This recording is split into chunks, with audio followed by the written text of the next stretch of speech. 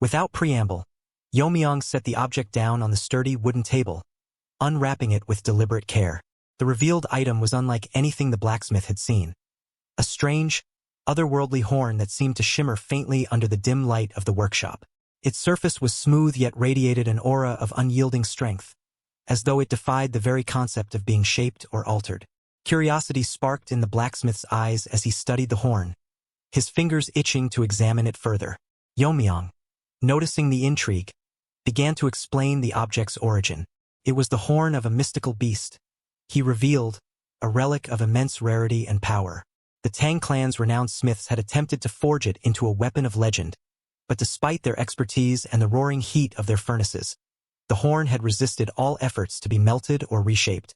Now, with hope and determination, Yeon-Myeong had brought it to this blacksmith, whose reputation for achieving the impossible was whispered far and wide. If anyone could unlock the potential of the mystical horn and transform it into a blade worthy of legend, it would be him. As Yeon-Myeong observed the blacksmith's face, he noticed a shadow of concern flicker across the craftsman's usually composed expression. The blacksmith's brow furrowed slightly, his gaze fixed on the mystical horn as if piecing together a puzzle only he could see. Yeon-Myeong's sharp instincts picked up on the blacksmith's inner turmoil. At last, the blacksmith broke his silence, shaking his head as though to clear it. He confessed that his momentary unease stemmed not from doubt but from contemplation of the extraordinary challenge before him. The horn of a mystical beast, imbued with spiritual energy, was no ordinary material. Its unique properties rendered conventional forging techniques inadequate. To unlock its potential and reshape it into a weapon, the entire forging process would need to be approached from a completely new perspective, one that accounted for the spiritual essence within the horn itself. Yeon-Myeong's eyes narrowed slightly at the revelation, his usual confidence momentarily tempered by the magnitude of the task. The blacksmith studied the horn intently, his mind racing with possibilities. Then, a revelation struck him, and he spoke with measured conviction. To forge this material, he reasoned, heat would not suffice. Instead, it would require the application of cold, a reversal of traditional forging methods. The idea was unorthodox, but the blacksmith's logic was rooted in the balance of existence itself. Mystical beasts, despite their supernatural nature, were still living creatures, and the interplay of yin and yang dictated their very essence. Extreme cold might provoke a reaction akin to what heat would invoke in ordinary materials. Yeon-Myeong listened intently, his own understanding of the mystical deepening. The concept resonated with him. He recalled how opposing forces often worked in harmony, like the tempering of a yang metal blade with the fierce heat of fire. By the same principle, the yin-aligned horn might respond to cold, its complementary element. A plan began to form in his mind. With a decisive nod, Yeon-Myeong extended his hand toward the horn. He focused inward, drawing upon the reserves of cold energy he had accumulated during his exploits, most notably from the time he saved Miss Miso. The memory lingered briefly in his thoughts. He realized he had yet to visit her since returning to the main family. Resolving to make amends after this task, he redirected his attention to the horn. As he channeled the energy with precision, a frost began to creep across the horn's surface. The air around it grew heavy and cold, small crystals forming and spreading until the entire horn was encased in a layer of ice. The transformation was rapid, the material reacting almost instinctively to the influx of cold energy. The blacksmith, witnessing the phenomenon, stood frozen in disbelief. His years of experience had never prepared him for something so extraordinary. The atmosphere in the blacksmith's workshop grew tense as the chilling energy settled into the horn, altering its structure in subtle yet profound ways. With precision, Yeon-Myeong withdrew, observing the faint reactions coursing through the material. The horn, once rigid and unyielding, now showed signs of malleability. The blacksmith, gripping his hammer, stepped forward with determination.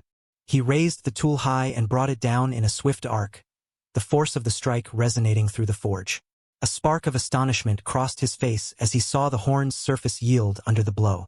It deformed, not cracked or shattered, but bent to his will. A rare glimmer of triumph danced in his eyes. The method had worked. It was possible to shape this formidable material.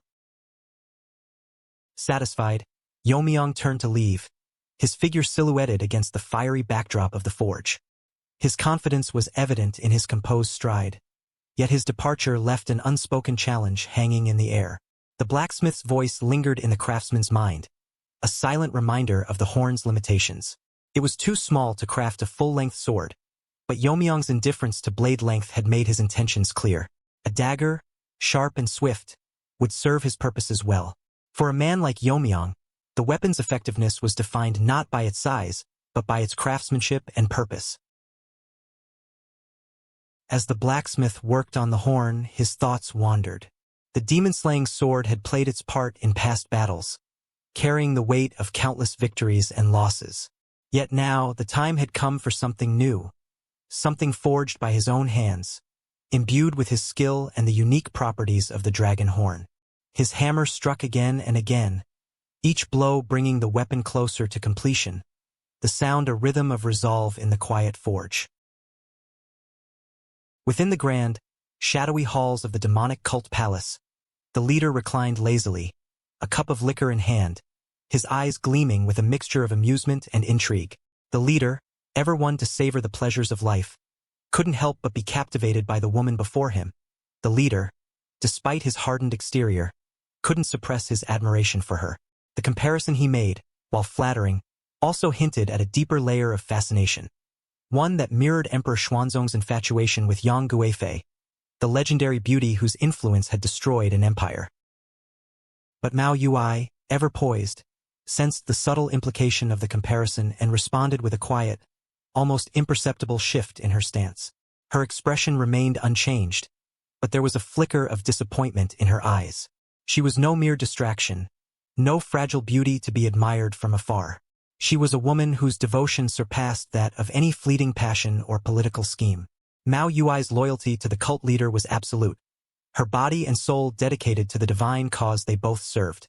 Unlike the tragic Yang Guifei, who had been the ruin of an emperor and a kingdom, Mao Yui would not be swayed or led astray by such distractions. Her heart, her purpose, and her future were bound entirely to the cult's dark vision. The leader of the demonic cult leaned back, his laughter echoing through the darkened chamber, the sound rich with amusement but tinged with a hint of respect. He had realized the weight of his previous words and quickly corrected himself, acknowledging the woman's true worth. The atmosphere around them seemed to grow heavier as he shifted the conversation's focus. His eyes, sharp and calculating, fixed on Mao Yui, who stood still, poised and unwavering as ever. Mao Yui remained composed, her attention now fully on the leader. His words carried the gravity of the situation. The cult's war with Kunlun was not a minor conflict, but one that stood between them and their ultimate goal, entry into the Central Plains. The cult's ambitions stretched far beyond the borders of their current territory, but the path ahead was fraught with resistance. The strength of Kunlun's forces was formidable, a challenge that even the cult's seasoned warriors struggled to overcome. Yet it was not just Kunlun's army that posed a threat. The real danger lay in the two figures who had recently emerged, Gakun, the demonic immortal of Kunlun, and Tihyo, the blade saint of Joint, both of whom had arrived with reinforcements, further bolstering Kunlun's defenses. The cult's forces, despite their dedication and strength, had been stalled at the gates of Kunlun. The situation seemed to reach a standstill with no clear path forward. But the leader's tone shifted, his voice now firm and deliberate, signaling a potential turning point. In the midst of their struggle, a new opportunity had arisen. An unexpected ally had come forth, one who could change the course of their war. A certain elder from the Tang clan, accompanying the reinforcements, had sought to make contact with the cult, specifically requesting Mao Yui's help. Mao Yui, ever humble, listened intently, her gaze steady and unflinching as the leader spoke of her past accomplishments.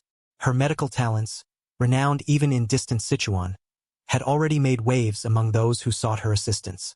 The leader recounted how, not long ago, Gang Haesang, the head of the Manjium Trading Company, had offered a fortune to cure his son's mysterious illness, one that had confounded the best doctors. Yet it had been Mao Yui who succeeded where others failed, healing the boy in a single day. Her success had turned Manjium into one of the cult's most loyal assets, strengthening their position significantly. Now it seemed the Tang clan sought her help as well, recognizing the value of her skills. Mao Yui's eyes narrowed as the leader revealed the details of the mission. She had been intrigued by the prospect of healing a member of the Tang clan, but the specifics of the request piqued her interest even further. The elder of the Tang clan had sought her aid for his grandson, whose arm had been paralyzed beyond recovery. The challenge of healing such an injury was substantial, but Mao Yuai's expertise was unmatched, and her curiosity was stirred. She listened intently, her mind already turning over the implications of this task. Her role in the situation was clear, but what intrigued her more was what the Tang clan had offered in return for her healing services. The leader, with a calm yet calculated air, explained that the Tang clan had promised the 10 poisons of their clan. These were no ordinary toxins. Legend had it that they could bring even the mightiest of Fire Realm masters to their knees, leaving them lifeless in mere moments. To Mao Yuai, these poisons represented both a dangerous and valuable resource, one that could be used to gain an advantage in their ongoing war. However, as the leader's words continued, Mao Yuai's expression shifted, and a flicker of doubt passed through her eyes. She had expected more from the exchange. The 10 poisons were potent, but they were not enough to sway her completely. Her question, spoken with quiet disbelief, revealed her thoughts. Is this all? She wondered, sensing that there was more to the deal than met the eye. The leader, ever shrewd, met her gaze with a steely determination.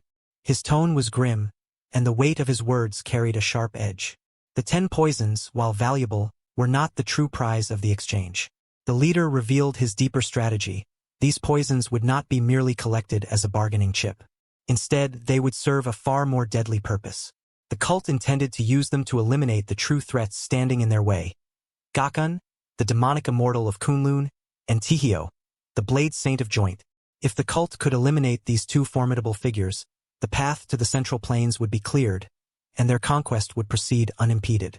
Mao Yuai understood the depth of the leader's words. The stakes were higher than she had initially realized. This was no simple mission. It was a calculated move, a step in the grand scheme of the cult's ambitions. And Mao Yuai, with her unique skills, was the key to setting everything in motion.